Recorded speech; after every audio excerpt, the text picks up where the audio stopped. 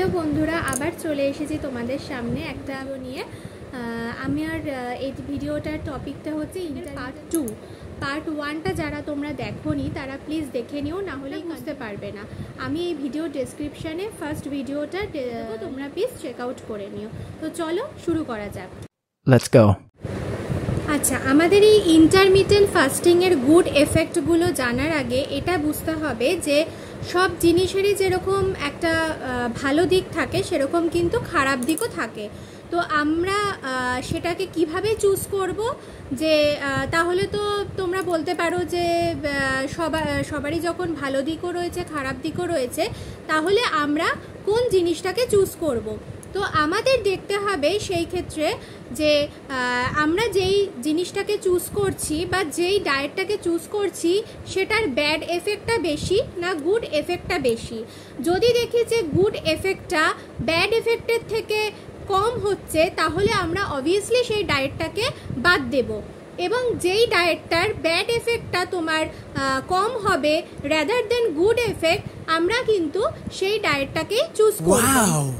তো চলো দেখে নিই ইন্টারমিটেন্ট ফাস্টিং এর ক্ষেত্রে আমাদের গুড এফেক্টটা বেশি হচ্ছে কি ব্যাড এফেক্টটা বেশি হচ্ছে। এই ইন্টারমিটেন্ট ফাস্টিং এর একটা গুড এফেক্ট হচ্ছে, ফার্স্ট গুড এফেক্ট হচ্ছে, এবং সেটা কিন্তু ম্যান টু ম্যান বা পার্সন টু পার্সন কিন্তু ভ্যারি করে। ক্ষেত্রে দেখা গেছে এই ইন্টারমিটেন্ট ফাস্টিং যদি তারা 2 মাস হোক বা 3 মাস হোক কন্টিনিউ করছে, তাহলেই তাদের 1 থেকে 1.5 কেজি মতো ওয়েট লস হচ্ছে। কারোর ক্ষেত্রে দেখা গেছে কিন্তু তারা যদি কন্টিনিউ 2 মাস বা 3 মাস ইন্টারমিটেন্ট ফাস্টিং করছে, তাহলে তাদের ক্ষেত্রে 4-5 কেজি ওয়েট লস হচ্ছে। তো সেটা পার্সনের মেটাবলিক স্টেট, তাদের ফ্যাট কন্টেন্ট কতটা বেশি সেই অনুযায়ী কিন্তু ডিপেন্ড করছে। তারপরেও হচ্ছে তাদের লাইফস্টাইল কিরকম, শিডিউল কিরকম, তারা কি ধরনের এনভায়রনমেন্টে রয়েছে, এই কন্ডিশনের উপর ডিপেন্ড করে কিন্তু ওয়েট রিডাকশনটা নির্ভর করছে। সেকেন্ড এফেক্ট হচ্ছে এই ইন্টারমিটেন্ট ফাস্টিং কিন্তু ইনসুলিন ইনক্রিজ করে। ইনসুলিন সেন্সিটিভিটিটা কি? ইনসুলিন হচ্ছে আমাদের বডির একটা হরমোন, যেটা কিনা আমাদের লেভেলটাকে কমাতে সাহায্য করছে।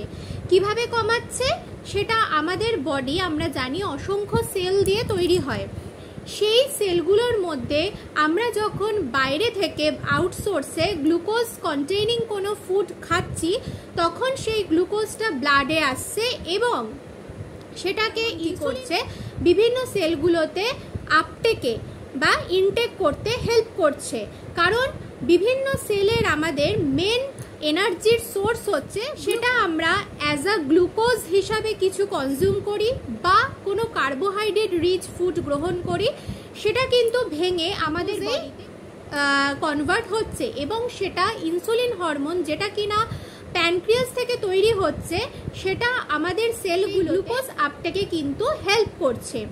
এইভাবে যদি আমরা ইন্টারমিটেন্ট ফাস্টিং করি, তাহলে ইনসুলিনের যে সেন্সিটিভিটি গ্লুকোজের প্রতি, সেটা কিন্তু অনেকটা পরিমাণে ইনক্রিজ হচ্ছে এবং এর ফলে কি হচ্ছে, আমাদের ব্লাডে যে গ্লুকোজ লেভেলটা বেশি থাকে, তাহলে সেটা কিন্তু অনায়াসেই সেলের মধ্যে ঢুকে এনার্জির সোর্স হিসাবে কাজ করছে। গ্লুকোজ লেভেলটা কিন্তু ডিক্রিজ হচ্ছে বা কমে যাচ্ছে। আবার যদি কারোর ক্ষেত্রে ব্লাড গ্লুকোজ লেভেলটা নর্মাল থাকে, তাহলে কি হচ্ছে, আমাদের বিভিন্ন সেলে গ্লুকোজ আপটেকের পরেও যদি এক্সেস গ্লুকোজ থেকে থাকে, তাহলে সেটা কিন্তু গ্লাইকোজেন হিসাবে মাসের মধ্যে স্টোরড থেকে যাচ্ছে। যখন আমরা এই ফাস্টিং করছি বা উপোস করছি, তখন সেই গ্লাইকোজেনটা ভেঙে কিন্তু আমাদের বডিতে এনার্জি সোর্স হিসাবে কাজ করছে। এর ফলে কি হচ্ছে, আমাদের গ্লাইকোজেন স্টোরটা আস্তে আস্তে ডিপ্লিশন হচ্ছে বা শেষ হচ্ছে। এই গ্লাইকোজেন কিন্তু অ্যাডিপোজ সেলের মধ্যেও কিছুটা স্টোর অবস্থায় থাকে এবং অ্যাডিপোজ টিস্যুতে আমাদের সেই স্টোরড ফর্মটা হচ্ছে পরবর্তীকালে ফ্যাট সেলে কনভার্ট হতে পারে এবং এটা যদি দিনের দিন বাড়তে থাকে, তাহলেই কিন্তু আমাদের শরীরে ফ্যাট কন্টেন্টটা বেশি হয়। ফাস্টিং কি করছে, আমাদের বডিতে যখন গ্লুকোজের কোনো সোর্স আসছে না, তখন সেই স্টোরড ফর্ম অফ গ্লুকোজগুলো কিন্তু আমাদের বডিতে এনার্জি ইউটিলাইজ হচ্ছে।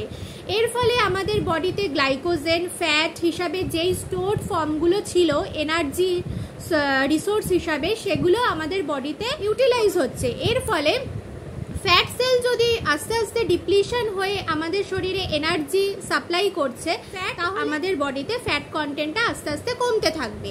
তো এগুলো হচ্ছে ইন্টারমিটেন্ট ফাস্টিং এর একটা কিন্তু গুড এফেক্ট। ভিডিওটা ইনফরমেটিভ মনে হলে লাইক, শেয়ার, কমেন্ট করো এবং পরবর্তী ভিডিও পেতে চ্যানেলটাকে সাবস্ক্রাইব করে পাশে থাকা বেল আইকনটা ক্লিক করে রেখো। টাটা।